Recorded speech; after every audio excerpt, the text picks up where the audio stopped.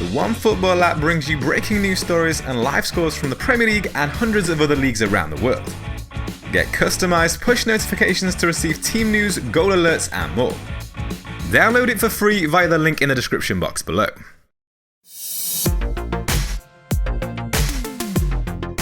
Game Week 27 saw a full house of returns at the back, despite McCarthy being the only one to earn a clean sheet. All three defenders picked up attacking returns, though Ender Stevens was forced off at half-time with a minor calf injury. The move to bring in Traore got off to a rough start, after he was only used for an 18-minute cameo off the bench, while Doherty and Jota profited from the change in formation. Captain Mo Salah had a little bit of good fortune with some poor goalkeeping to score his goal, but no midfielder fired more than his 3 shots on target during the game week. The frustration continued for Jamie Vardy, who struck the post against Man City, while Danny Ings also missed a big chance against Aston Villa. A score of 56 points was just enough to end the run of Red Arrows and secure a small rise up to around 160k. There are a few different options to consider for this week's free transfer, with one eye firmly on Blank Gameweek 31 as well as this weekend. Richarlison's form means he'd be the prime target to bring in amongst midfielders, but that would require losing either Grealish or Bruyne, neither of whom have a fixture in Game Week 28. But a Double Gameweek 29 remains a possibility for Man City and Chelsea, while Aston Villa's meeting with Newcastle in Game Week 31 would go ahead if the Magpies were to lose to West Brom in the next round of the FA Cup. Losing Martin Kelly is a slightly less glamorous alternative transfer, with Charlie Taylor looking to have secured his starting place at Burnley. But the most likely transfer will be to bring in Matt Doherty, who has form and fixtures on his side, including a guaranteed match against Bournemouth in Game Week 31. Although the injury to Ender Stevens only appears to be minor, he doesn't have a fixture this weekend and is unlikely to in Game Week 31, so making that switch now that there's enough money in the bank after last week's transfer looks like a solid upgrade. Here's how the team is likely to line up for Game Week 28. All 4 of Alex McCarthy's clean sheets this season have come since Game Week 19, and only Man United and Liverpool have kept more in that time. West Ham scored twice against Liverpool on Monday, but in the last 6 game weeks only 5 teams have managed fewer than their 7 goals, and only 4 teams have been afforded fewer big chances.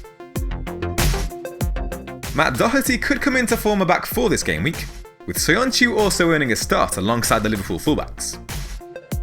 No defender has had more big chances or shots in the box than the Wolves wingback over the last 4 game weeks. Alexander-Arnold and Robertson ranked joint first with 11 attempted assists apiece over the same period. It's hard to say whether or not Adama Traore will get back into the starting 11 to face Spurs, after the recent change to a 3-5-2 formation has sparked a return to form for Diogo Jota. But the 24-year-old found plenty of joy in the reverse fixture back in Game Week 17, where he put in a man-of-the-match performance and scored his side's only goal. Mo Salah has 4 goals and 1 assist in the last 4 game weeks, while ranking first for shots on target and from inside the box, and joint first for big chances created. Watford are without a clean sheet over the same period, while only West Ham have shipped more than their 9 goals. Todd Cantwell comes into the 11 with De Bruyne and Grealish both without a fixture this game week. 7 of his 8 FPL returns have come at Carrow Road, where he's averaged 4.8 points per game. Norwich have only scored once in the last 4 game weeks, but have 4 in their last 4 at home. Jamie Vardy is now without a goal in his last 7 appearances, but it's difficult to sell him before fixtures against Norwich, Aston Villa and Watford. He earned attacking returns in each of the reverse fixtures against those sides, amassing 3 goals and 1 assist and averaging 7.7 points per game. Norwich have shipped 10 goals in the last 6 game weeks. Only Bournemouth, Aston Villa and West Ham have fared worse. Raul Jimenez has 4 goals in the last 5 game weeks, where he's averaged 6 points per game.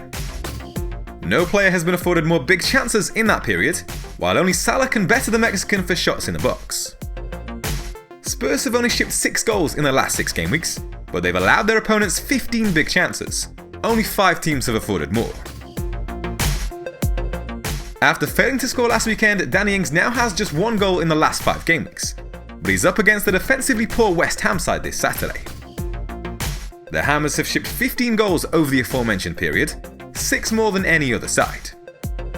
no team have faced more shots on target or from inside the box, while only Aston Villa have conceded more big chances. Mo Salah hasn't fared quite as well away from home this season, potentially bringing Vardy and even the ever-consistent Alexander-Arnold into the conversation for captaincy.